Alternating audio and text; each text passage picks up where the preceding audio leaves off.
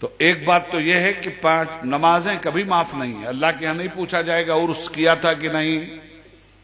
یہاں ہیں اتنے سارے مولانا، ذرا بتاؤ میں کوئی مجھے. اللہ کے یہاں نہیں پوچھا جائے گا چادر چڑھایا تھا کہ نہیں. اللہ کے یہاں نہیں پوچھا جائے گا تعزیہ بنایا تھا کہ نہیں. اللہ کے یہاں نہیں پوچھا جائے گا نیاز فاتحہ کیا تھا کہ نہیں. صاف صاف سنو،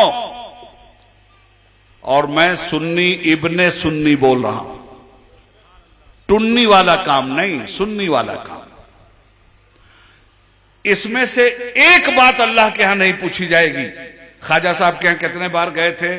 کبھی نہیں پوچھا جائے گا. تعزیہ بنایا تھا کہ نہیں بنایا تھا نہیں پوچھا جائے گا. ہاں یہ ضرور ہوگا کہ یہ کام تمہارا اچھا تھا کہ برا، اسی پہ تمہارے اعمال کی جزا سزا طے کر دی جائے گی.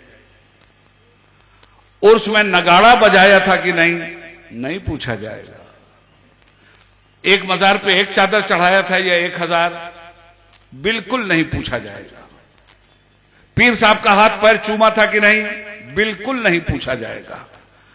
ان کو نذرانہ شکرانہ دے کے راضی کیا تھا کہ نہیں، بالکل نہیں پوچھا جائے گا. تو پھر پوچھا کیا جائے گا؟ روز محشر کی جاں گداز بود، اولی پرش سے نماز بود. پوچھا جائے گا تو یہ پوچھا جائے گا تم نے نماز پڑھا تھا یا نہیں،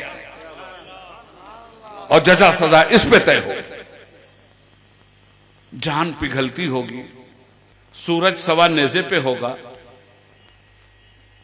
سایہ رحمت کے علاوہ کوئی سایہ نہیں ہوگا.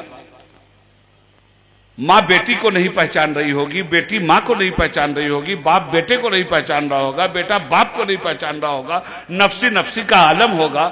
انبیاء کرام کا عالم یہ ہے کہ خدا کے سامنے جانے کے لیے لرز رہے ہوں گے. کتنا بڑا کلیجہ ہے ہماری اس امت کا. جو کام بالکل ضروری ہے اسے غیر ضروری سمجھ لیا مسلمانوں نے، اور جس کام کے بارے میں کوئی پوچھ گچھ نہیں ہے اس کو فرض سمجھ کے یہ قوم کر رہی ہے.